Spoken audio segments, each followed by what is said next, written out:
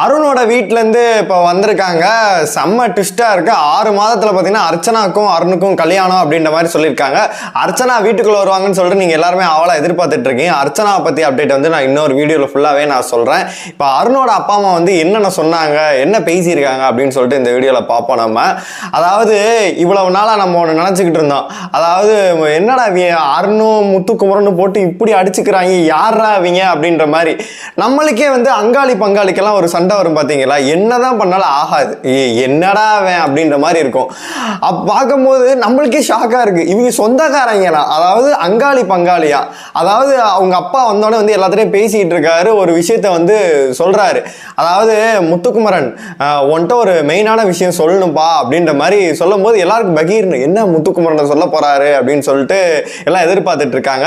நீ நம்மளுக்கு சொந்தக்கார பையப்பா, நீ உள்ள வந்ததுக்கு அப்புறமேட்டு பார்த்தீங்கன்னா நிறைய ஃபோன் கால் மெசேஜ் அந்த மாதிரிலாம் எனக்கு வந்துச்சு.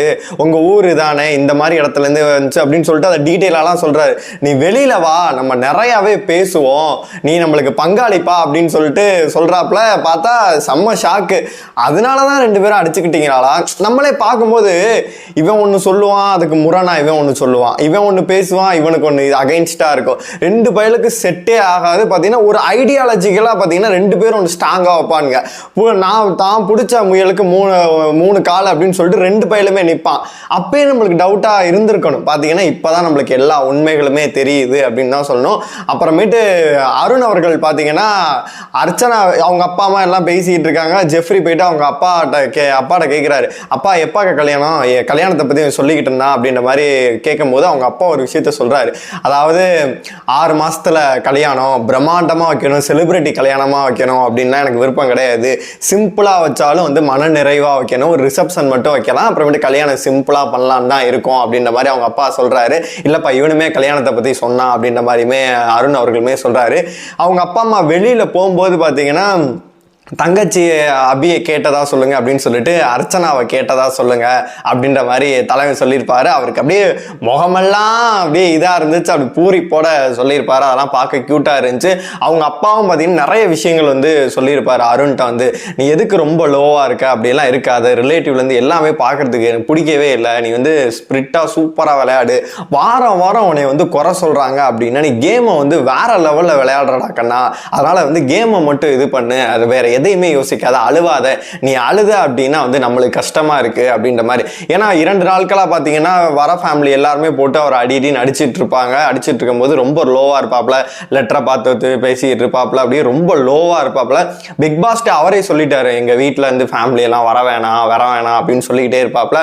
அது பிக் பாஸ்க்கு ஒரு க்ளூவா தலைமை எடுத்துக்கிட்டு அவர் என்ன பண்ணாரு அப்படின்னு கேட்டீங்கன்னா, கன்ஃபெஷன் ரூமுக்கு கூப்பிட்டு உங்க தவிர்க்க முடியாத காரணத்தினால உங்க வீட்டுல இருந்து யாருமே வரவே இல்லை, அதனால நாங்க என்ன பண்றோம்னா ஒரு வீடியோ கால் அரேஞ்ச் பண்ணியிருக்கோம், வீடியோ காலில் பார்த்துக்கன்னு சொன்னோம்.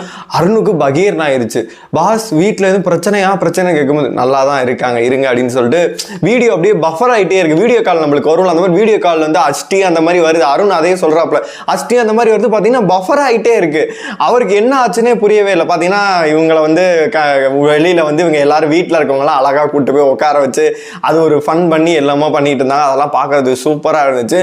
வந்த அப்பா அம்மாக்கள் எல்லாத்துலயும் பார்த்தீங்கன்னா எல்லாரும் போய் கட்டி பிடிச்சி ஆற தழுவி எல்லாமே பண்ணாங்க. ஆனால் அருண் அவர்கள் மட்டும்தான் பார்த்தீங்கன்னா அப்பா அம்மா காலில் போய் விழுந்தாரு. போகும்போதும் பார்த்தீங்கன்னா அவங்க அம்மா காலில் விழுந்தாரு.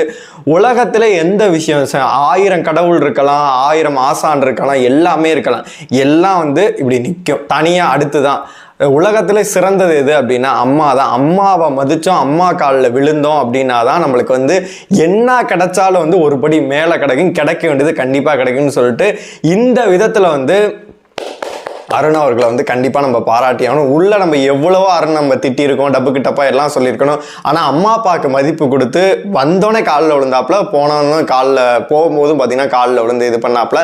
உண்மையிலே சூப்பரான விஷயம் அப்படின்னு தான் சொன்னோம். அப்புறமேட்டு இந்த அங்காளி பங்காளி விஷயம் தான் நம்மளுக்கு ஒரு இதாகவே இருந்துச்சு. அப்புறமேட்டு அவங்க அப்பா முரண்பாடுகளையும் சொல்லிட்டார். மஞ்சரி மேலே அந்த பொம்மையை திருகி போகணும்னு சொல்றது ஒரு ஃபன்னாக தான் சொன்னது. உங்கள் வீட்டில் சொன்னாங்க, அது கொஞ்சம் ஹர்ட்டாக இருந்துன்னு சொல்லிட்டு முத்துக்குமரன்ட்ட பார்த்தீங்கன்னா இந்த விஷயம் நீங்கள் வந்து ஆல்ரெடி சௌந்தர்யா ஒரு விஷயம் சொல்லியிருப்பாரு, உனக்கு கொண்டுட்டு ஜெயிலுக்கு போயிடலாம்னு சொல்லிட்டு ஃபன்னாக சொல்லியிருப்பாரு. அப்புறமேட்டு நான் இப்போ ஏதாச்சும் பண்ணிட்டு நான் போயிடுவேன் போல இருக்கு இவனை அப்படின்ற மாதிரி ரெட் கார்டு வாங்கிட்டு போயிடுவேன்ற மாதிரி வந்து முத்துக்குமரன் ஒரு தோனியில் சொல்லியிருப்பாரு. அதையுமே அவங்க அப்பா கரெக்டாகவே சொல்கிறாரு. அந்த மாதிரி சௌந்தர்யா சொன்னதை மட்டும் பெருசாக்கலை, நான் என் பையன்கிட்ட சொன்னதை மட்டும் நீங்கள் கொஞ்சம் பெருசாக இது பண்ணுறீங்க, அது ஒரு உச்சமாக இருக்குது, அதெல்லாம் பண்ணாதீங்க அப்படின்ற மாதிரி சொன்னேன். அப்புறமேட்டு அருண் வந்து இவருக்கு முத்தம் கொடுத்து ஆற தழுவி அதெல்லாம் ஒரு இதாகவே இருந்துச்சு. அர்ச்சனா எப்போ வராங்க அதை பற்றி விஷ்ணு வர்றதாகவும் ஒரு நியூஸுமே இருக்குது. அதை பற்றி நான் இன்னொரு வீடியோவில் ஃபுல்லாகவே சொல்கிறேன். அருண் அப்பா அம்மா இதை சொல்கிறத பார்க்கும்போது உங்களுக்கு என்ன தோணுதோ மறக்காம கமெண்ட் பாக்ஸில் சொல்லுங்கள்.